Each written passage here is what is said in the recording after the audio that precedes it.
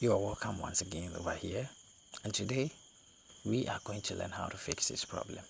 What you have to do is to watch the video from the beginning to the end without skipping any part of this video.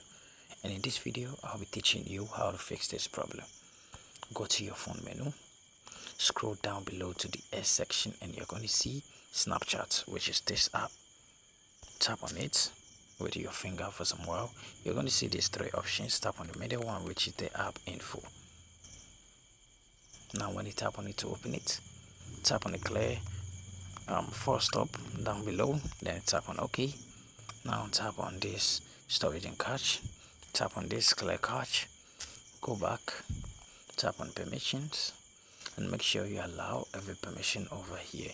So after allowing the permissions, what you have to do is to tap on the mobile data and Wi-Fi, turn off this mobile background data, then turn it on back again. Now go back and tap on notifications and make sure every notification is turned on. You have to allow all notification, including the banners, lock screen, play sound, vibration. You have to turn all this on. So when you turn it off like this, then you turn it back on again.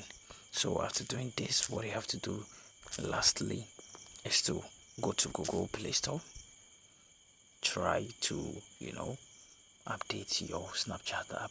So after updating it, you're going to get the latest update. What you have to do is to just tap on the power button, tap on restart to restart your device, and this problem is going to get fixed.